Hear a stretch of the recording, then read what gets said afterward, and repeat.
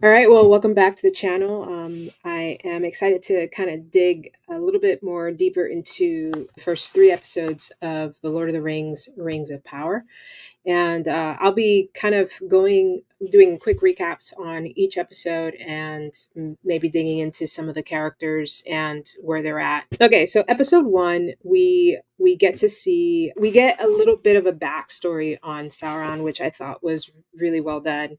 If you remember in season one, Adar Adar said that he killed Sauron. So we actually get to see that whole thing play out, Adar's betrayal of Sauron. And basically, like, I feel like this season is kind of like, everyone's just out there and the gloves are off. Sauron's identity is out there. Everyone has a point of view, and it's kind of, I love the way they played this because I love it when every character is right. And it's like, the rings are in play now. Elrond takes the rings, and I know for me, like, I can't help but agree with him, but I also agree with Galadriel. I also agree with her and her point of view. And so these two are at odds with each other. And I love it. I love the tension between the two. And I love that they're both right too. Like, their point of view. Everyone is right in their point of view here. We get to see Halbrand just playing a lot of mind games. We'll be seeing a lot of that, and it's kind of cool too because at some point he kind of disintegrates after he gets stabbed to death, and he becomes this kind of blob, almost parasitic in nature, which is actually pretty dead on, of his own character. He reveals himself as so many things. He's the great shapeshifter, a master deceiver, manipulator, and we get to see that play out. So he's very much out in the open. He's very much not really hiding, but also hiding. So we get to see that in episode one. We go to episode two, and it's very much about Celebrimbor, and he did something really epic in season one, which was he built the rings. We also see that Casa-Doom is in peril. The shaft is closed, so the light's not coming in. The singers lose their power.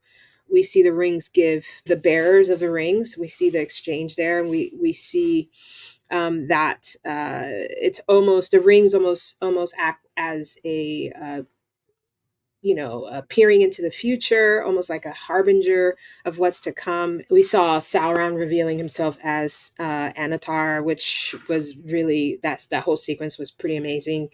Again, showing himself as a shapeshifter, master deceiver, manipulator. I mean, he needs to be who he needs to be in order to move pieces on the chessboard. And so we get to see that as well. And so Sauron, he knows people's weaknesses and uses them to his advantage, master manipulator. And so Celebrimbor, it's like he's oozing with so much pride.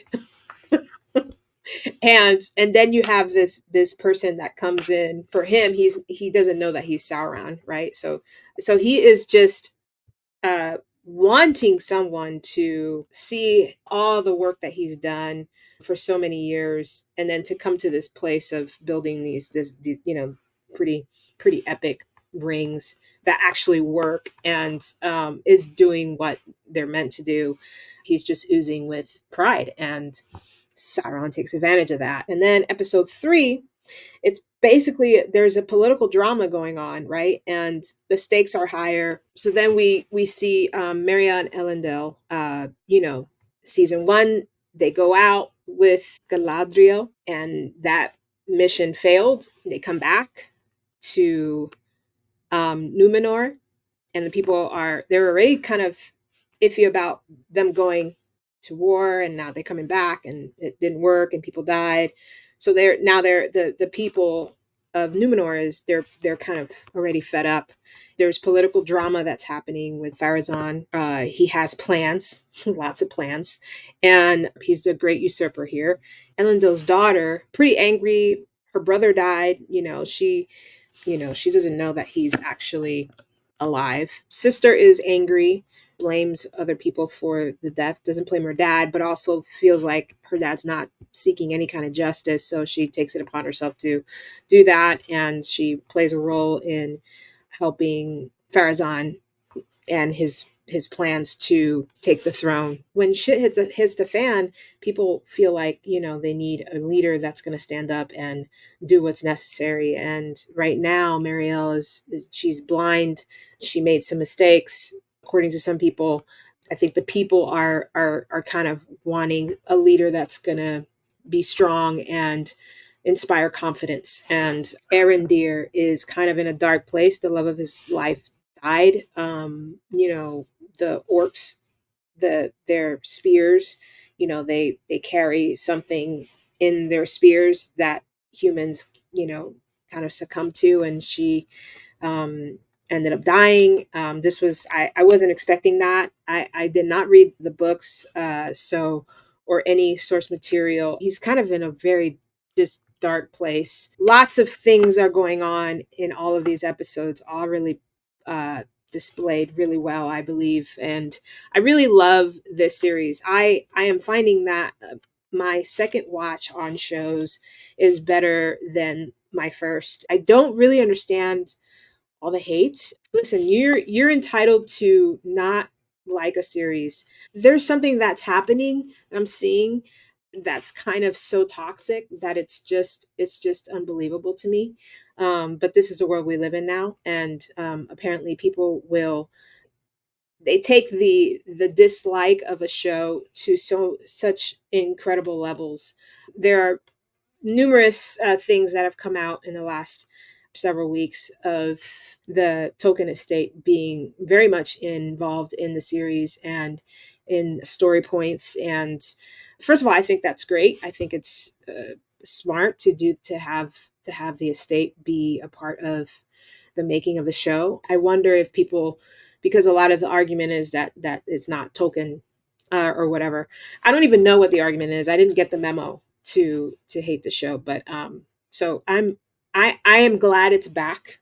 I am glad that season 2 has been made, and I look forward to the rest of what season 2 has to offer and bring.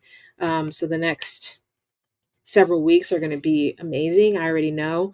The visuals are great, special effects are great. Everything about it is really great. Details are amazing. And I don't have much criticism right now of the story. Um, and nothing that I see do I expect to be perfection. I just don't. Humans are involved. We're not going to get perfection here, guys. So, anyways, I hope that you enjoyed this rundown, and I can't wait for the rest of this season to drop every week. And yeah, we'll see how this all turns out for Middle Earth and the people that are in it. We'll talk to you soon.